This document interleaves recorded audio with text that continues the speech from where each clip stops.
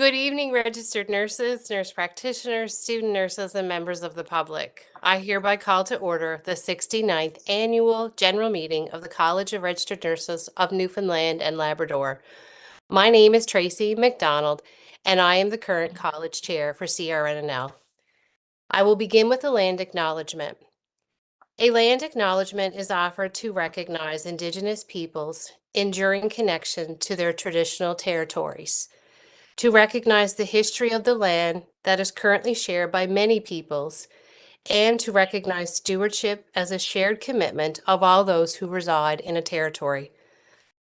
We respectfully acknowledge the territory in which we gather as the ancestral homelands of the Beothuk and the island of Newfoundland as the ancestral homelands of the Mi'kmaq and Beothuk. We would also like to recognize the Inuit and the Innu and their ancestors as the original people of Labrador. We strive for respectful relationships with all of the peoples of this province as we search for collective healing and true reconciliation and honor this beautiful land together. We will conduct all of the business up front and then open for questions at the end of the AGM. Please put your questions in the chat feature throughout the meeting or jot them down at the end, whichever works best. The AGM documents can also be found on the crnnl.ca events page, which can also be found on the homepage for CRNNL. I will now describe those documents in the order of how they will be used for this evening's agenda. The annual meeting business documents include the meeting agenda, the June 2022 AGM minutes, and the CRNNL annual report, which also includes a summary of the audited financial statements, which were approved at Council's last meeting, June 1st, 2023. I will now describe how quorum is determined in accordance with Bylaws Article 6, Section 4. The number of members that shall constitute a quorum for any annual general meeting shall be A, the voting members present, and B, the presence of 7 members of council, 2 of which must be publicly elected councillors. I will now run through to get a tally of total participants, and we'll first start with council. I do believe we have quorum, but I just want to make sure. Is Aubrey Daw present? I don't think so. Okay, we do have our 2 public reps, which would be Glenn.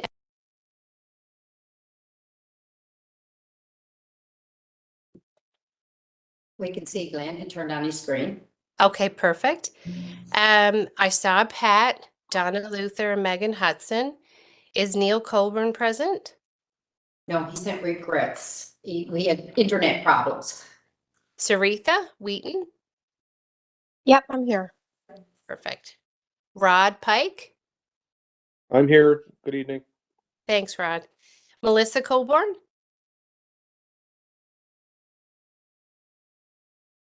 And I saw Kim was there present as well. And Steve was the other public rep. Yep, I've noted that Steve and Glenn were our public reps. Do we have a tally on total participants on the call? 31. 31. There are currently 14 voting members on council, and as we've just verified, we have our 2 voting public reps as part of the 7 for council, as well as the other listed council members to give us quorum for this evening. So quorum is obtained. I want to highlight that this annual meeting, initiatives that will be spoken at over the next 60 minutes, will encompass April 1st, 2022, up to and including March 31st, 2023 of this year. If you are watching this through Facebook or on the YouTube channel and wish to pose a question, click the link to the event page to join the webinar. And as always, if the allotted time does not allow for an opportunity for your question to get answered, we encourage you, and I encourage you, to reach out to our college's executive director following the AGM so that we can ensure you receive the information that you are seeking. At this time, I would also like to acknowledge Lynn Power, our Executive Director of the college. Many of you know Lynn, and if not, Lynn will wave. Lynn will be assisting with various pieces of the business section of our meeting, as will Lana Littlejohn, our Director of Corporate Services. Also joining in the meeting, you can see most of them. We have a couple that are on virtual. Atlanta, as I just indicated, I believe James Shepard, Manager of Public Affairs, is present in the room, and Julie Wells, Research and Policy Officer, and Christine Fitzgerald, Executive Assistant for our ED, and does all the work of council and everything in between. I believe Brenda Carroll, our Director of Professional Conduct Review, and Matthew Rowe, College Legal Counsel, are joining us virtually. Have I missed anyone, Lynn? I see Krista, which I will acknowledge. Hi, Krista Sims. Anybody else in the room I missed? No, besides Steve helping us on the computer. Okay, and Steve helping us. Thanks, Steve. As stated in Bylaw Article 6, Section 1, the council has the authority to approve the annual meeting agenda, and a motion to approve the meeting agenda was carried at council's meeting on June 1st, 2023. The minutes of the college's annual meeting held on June 8th, 2022 are also included in the annual meeting business documents located on the website. As stated in Bylaw Article 6, Section 1, the council has the authority to approve the minutes of the annual meeting, and this was completed at a council's October 2022 College Council meeting. I will now call on the Chair of the Committee on Nominations, Krista Sims, who is present in the room, to present the report of the Nominations Committee and the results of the election. Krista, I'll hand it over to you. All right, thank you very much, Tracy. So the Committee on Nominations report, all communications with the committee members throughout the year were completed electronically.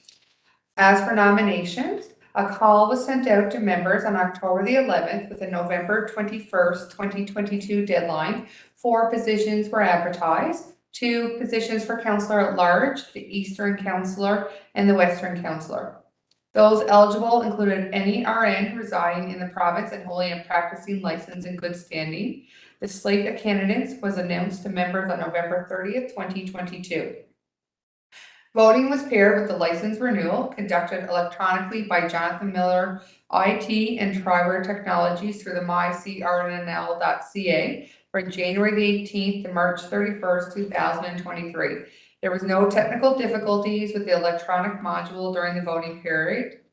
And I'm happy to announce that there was a total of 5,259 votes casted, more than double the number of votes for any year prior. 4 candidates were nominated for the 2 Councillor at Large positions, and the successful candidates was Michael Morris and Patricia Rogers. 3 candidates were nominated for the Eastern Region Council positions. Denise Chant was a successful candidate. 1 candidate was nominated for the Western Region Councillor. Donna Luther was accepted by acclamation. All candidates, successful and otherwise, were notified by phone by the committee staff resource. I also like to mention that there was the need for a by-election with the recent resignation of our Central Region Councillor Tracy McDonald. We're very sad to hear that she'll be leaving us. A call for nominations for this vacancy for 2023 to 2024 was advertised on May the 9th, and the deadline was today at 4:30 p.m. At today's deadline, we were in receipt of 1 nomination for the position, and Tanya Ryan is our successful candidate and elected by acclamation to fill the 1 year remaining in the term for the Central Region Councillor. I want to congratulate all those. I'd like to congratulate all those for winning their successful bids. Thank all the nurses who have let their names stand for office, congratulating Michael, Patricia, Denise, Donna, and Tanya, and wish them the best for the coming term on council.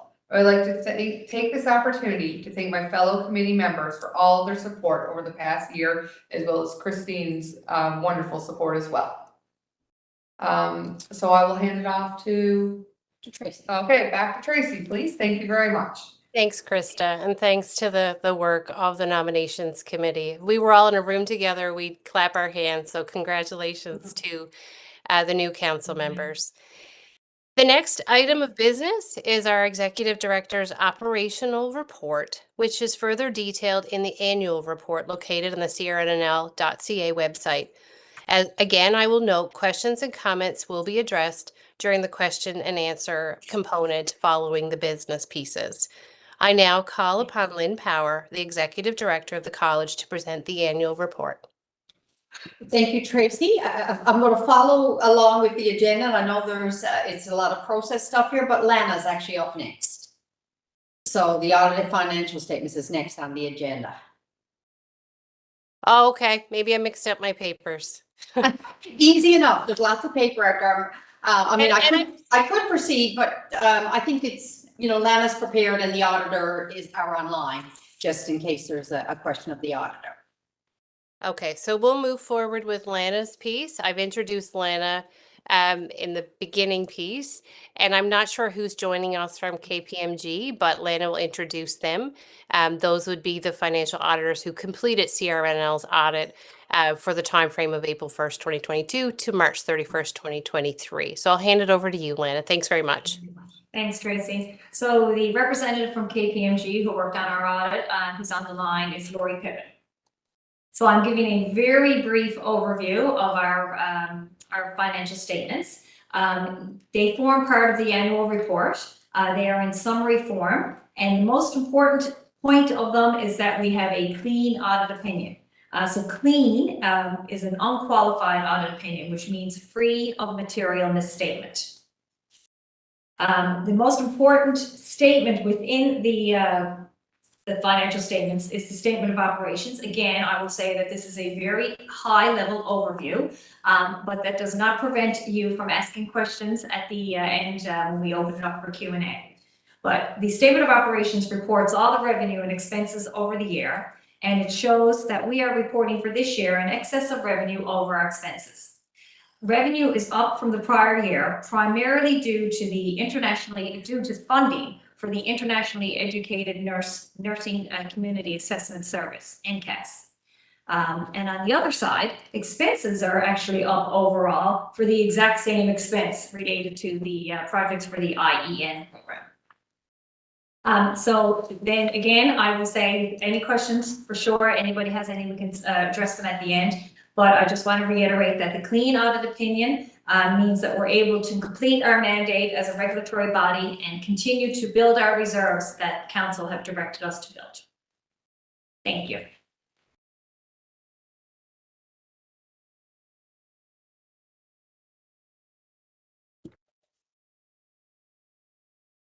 So we'll move on with the agenda, correct, and leave the questions for the end. That's right. Yeah. Okay, so we'll get back on track. Lynn gets a second introduction. No, that's okay. Thank you. I will say she mentioned the Nursing Community Assessment Service, the IEN. So that's the title of our competency-based assessment that we run out of the Center for Nursing Studies. We received a grant from government through the immigration portfolio, and that allowed us to give that to the center to upgrade the skills lab and everything for that competency-based assessment. And that's why it's an in and an out, but it was a significant. It was over $1 million that the grant was awarded to upgrade and improve that facility. So just to clarify, because the terminology may not be as familiar to anybody. Anyway, so likewise, I mean, what's important in any reflection back on a year's activity is to do that, to look and say, what were the highlights, what were the major things that were achieved? And the best way for anybody to really be able to digest that or catch exactly what it is, like an acronym that's spelled out or a project title maybe, or a new document you're not familiar with, is really to read the annual report. The annual report is not exceptionally long, done up with nice charts and graphs and tables to follow along, but we put that together every single year, and it touches base on all the categories. The work we do in PCR, in registration, in our practice portfolios, in our any outreach or initiatives. So it does give you that overview. So I would encourage people to take the time to review that information, and then as been said, you can reach out at any time for questions. So I'm just going to make a few remarks to spice it, that you might want to go and read the document. Certainly, a lot has happened around the internationally educated nurse and registration and licensure and reforms, which improves it for everybody. There's opportunities to enhance, expedite licensure, registration, annual renewal for every nurse. So this is all a good news story. And so there is a little plot, like a little chart that outlines some of the key milestones and some of the initiatives that took place over the full year. We have written these up in the College Connection in a past episode. They've been out in the regulatory matters, our newsletters. Some things have been a focus of teleconferences, etc. So I draw your attention to that registration section in the beginning of the annual report. So next, I'm just going to take a few minutes to highlight some of the points and again, more or less to draw you to the document to review. So our first strategic outcome is called public confidence in regulation. And for that one, the two main areas are really our core functioning. It's our registration processes, registration licensure, and our discipline, our professional conduct review processes. So every year, what we do is we look back over the year and we will share with you through this annual report what our numbers are. So we will tell you how many people renewed, how many people re-entered, that sort of an overall sort of display of our registrants. So just to highlight that the majority of practicing licenses are always every year renewed from the previous year process. So we do have new entrants every year, but we keep around 89% the same people renewing on a regular basis. The 2 or 3% come back, maybe maternity leave or whatever. And then there's always a percentage, just around 9 of new registrants. I'm sure we'll see a different profile next year. So we are actually seeing an increase in our numbers, but again, this ended March the 31st, and that was important to point out because the numbers might be different again as we go through this year into next year. But our total registrants at the year end were 6,771 with a practicing license at the year end, and that was up 5.3% from last year. Nurse practitioners is always on a steady climb, going up, but it still stays relatively small in the like 250, 260 range. Further on that thing, you will see a little bit of a breakdown of our internationally educated applicants and their journey and how, because it's not the same applicant. When you look at some of those numbers, it's not the same applicant that begins and the same applicant that ends because people have different parts of their journey. You'll see some demographics on the average age. And as per usual, because you'll hear some public commentary, the spread of the ages is there in the chart. And, you know, with about 7% are over the age of 60. The vast majority are in that middle age group, that 30 to 49 age group. So all that is pretty typical, a breakdown of our educational background. There's commentary on our exams and again, successful years for the great schools of nursing that we have locally, and the success of the exam pass rate is there in this chart to show the change from year over year. And there's just some commentary on some new resources that were added for registration. Frequently asked questions, new documents on the website. And we're pleased to say that the continuing competency audit from the previous year was quite successful. So the new program was launched this year. The audit we're reporting on is from the previous year. Under professional conduct review, again, you'll see a layout of the various ways that professional conduct review can go. An allegation's filed, if something's referred for an alternate dispute resolution, if something is referred for a hearing, as it goes through our complaints authorization committee. And you'll also see the source of allegation coming from employer, public, etc. You will see a breakdown of the categories of where the type of conduct and the percentage of which allegation came in underneath each year. It's pretty well on target. And target is not probably the right word to use, but it's pretty similar to previous years. Sometimes we see an increase, sometimes we see a decrease, but in that particular licensure year, there was 41 reports that were initiated in that particular year. We will say the quality assurance program is available as we would need it, and that is a referral based upon the analysis of the complaints that come in. And so there's just some commentary on that quality assurance, as well as the alternate dispute resolution, which remains a primary source of being able to work through some of the allegations.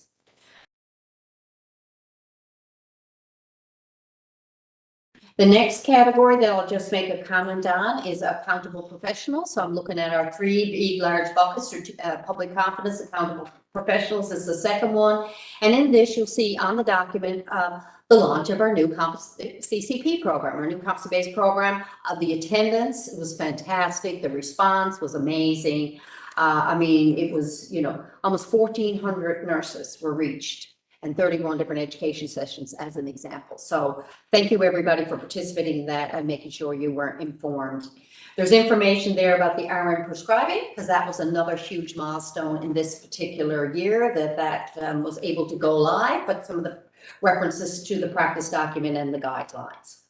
There's a whole page there that displays an overview of our types of calls we get, the type of education sessions we do, and the attendance. And we're really, really excited to see a significant increase in the attendance. At presentations was up like 83%, registered calls were up 26%, and attendance at an education event. So that would be a more formal organized something from the college, like a Tuesday afternoon session, and that's up by 103%. So we've certainly had a lot of engagement with registrants over this period on a full variety of topics, and they're listed there. Kudos as well to the publication of various supporting guiding documents, and they're listed there that the internal office team put together to again help answer some of those questions and put it in a written format. And so the last thing that's commented on is just some of our collaborations, and you'll see that in a table and a chart and some of the areas that we will be working in connection with key stakeholders. So, Madam Chair, that is a synopsis of the annual report. And again, I refer everybody to the website to review any details and take their time to review it. Thank you. Thanks, Lynn. And I also just want to go back to thanking Lana and the Finance and Audit Committee for all the hard work that they've been doing, particularly for the past year. So I didn't acknowledge that with my mishap with the agenda. So just want to take a moment there. We'll move on, and I'll do similar to Lynn, probably a little briefer. Certainly the annual report available on the website. We want people to be accessing that. It's there, it's colorful. There's been a tremendous amount of work that's been done. It's very easy to read. It's visually very pleasing. So some of the governance events, and that's about halfway through the annual report, that I'll just highlight very briefly. Council met formally face-to-face 3 times, and there were, other meetings in between for all the other pieces of work that we do. Council also embarked on a exciting strategic planning year, and there'll be more to come from that in the coming months. At October's meeting, I'll just highlight a couple of things. Council approved the investment and the implementation of a new database, the Alinity software program. We're really excited about that. That will give council and the college as a whole significant opportunities to produce data, to also have checks and balances, create efficiencies, and we're very excited about that. And one of the things that we've seen in the media, and Lynn, as well as key stakeholders, have done a fabulous job in working and moving forward with the RN prescribing framework and RN prescribing practice guidelines, and that will continue to evolve as the work of the college and council continue to break down some of those barriers to keep the work evolving. We're very proud of that. In February's meeting, just in 2023, the council would have approved the operating budget for 2023-2024. Also, the nurse practitioner entry-level competencies document for 2023, and also announced supervised practice experience program that has been launched, and that's also been talked about in the media. Lots of information available online as well. I'm just trying to make sure I have my agenda here. I'll move on next to the introduction of our new council for the College of Registered Nurses of Newfoundland and Labrador for 2023-2024. Our new chair is Megan Hudson. Glenn George will continue as vice chair. He's a public representative. Stephen Clark, public representative. Louise Pinson Parsons, public representative, and Aubrey Dobb, public representatives. Our nursing counselors are as follows.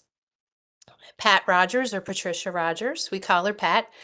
Tanya Ryan, Donna Luther, Rodney Pike, Saritha Wheaton, Neil Colburn, Melissa Colburn, our ED Lynn Power, and congratulations and a welcome to Denise Chant and Michael Morris as new council members for the upcoming fiscal year and for their terms for 3 years. Again, if we were in a room, we'd give them all a hand, a round of applause. So we'll do that virtually. And also a special thank you to outgoing Councillor Kimberly Legg. We did our goodbyes last week, but do it publicly. People come on council, Krista being one, and staying connected, continuing to be involved will be the message throughout the rest of the AGM as well as future AGMs. So again, Kimberly, you will be missed and hope to see you continue to be involved in the work. So before we adjourn our meeting, I just want to leave with a few parting comments. When a door closes, a window opens, and I am honored and truly grateful for the window to be a member of the former Association of Registered Nurses of our province, and now the CRNNL's council and elected chair, at least for the next couple of minutes. I was encouraged by a colleague, a nursing colleague and friend just over 8 years ago to step forward and become involved with nursing regulation in our province. If you are a registered nurse, a nurse practitioner, or a member of the public, I encourage you to find out and find ways on how you can become involved. It has been one of the most significant pieces of work I have participated in while living here in this province. We need your voices for the work ahead. Thank you to the council members for the past 8 years, for your guidance, mentorship, and most of all, for providing a safe and rich space to grow and learn in. A special thank you to the present council. It truly takes a village, and as a council, we have so much to be proud of. And Lynn Power and the CRNL staff, there are no words to express how much council has appreciated each of your efforts, always going above and beyond. A special thank you to the college staff who ensured our AGM this evening was a success, and to all members of the public and each of you who took the time out of your busy lives to come and listen to the work we've done over the past 12 months. I've become a very quick fan of Ted Lasso, and I'll end with a quote. There are so many. I think things come into our lives to help us get from one place to a better one. And though my time in this province has come to an end, I am very excited to move forward and take my learnings and get involved with regulation wherever I land because of the journey I've been on here. So a genuine heartfelt thank you to each of you. And I declare the 69th Annual General Meeting of the College of Registered Nurses of Newfoundland and Labrador adjourned. Thank you, Tracy. And we will be opening for questions, but while we're getting organized for that, we want to say a special thank you to you from everybody. And that's a big everybody, the province, the nurses, the stakeholders, the council, the staff, the councils. You have been a true asset to the organization, and your leadership will be missed. And we know will certainly, you've led some people behind. So I think you've left quite a legacy. It's hard to describe it in a few minutes, but thank you. Thank you. You'd be fantastic. And I certainly will miss you personally too. Thank you very much. So again, I remind each of you to put your questions or comments in the chat feature. Stephen and James, or is it just Stephen? Just Stephen? Yeah, sure. Okay. We'll support this session by reading out the items in the order in which they are received. If the allotted time does not allow for your questions to be answered, as always, you are encouraged to reach out to our executive director. She will warmly and welcome any question that comes forward, even if it's thought of after tonight. So we'll open it up. I don't know if there's any in there now, and we'll proceed. There's just thank yous at the moment. But there is a thank you there from Daphne. Daphne Osborne, as our provincial chief nurse, has wrote a thank you and a best wishes to you Tracy? Okay, thank you. I can see that now.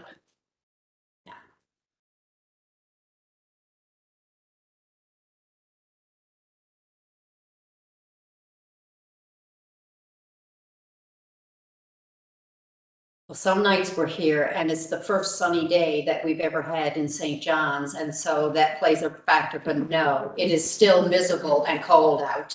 So they're not rushing out for a barbecue.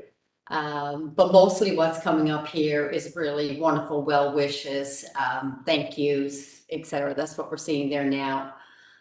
Again, we'll sit here for a few minutes. And just to see if anybody's taking their time typing. But please do read the annual report, have a look at it, and reach out as needed. You can always email as well, and that way you can trying to connect sometimes is a bit harder that way.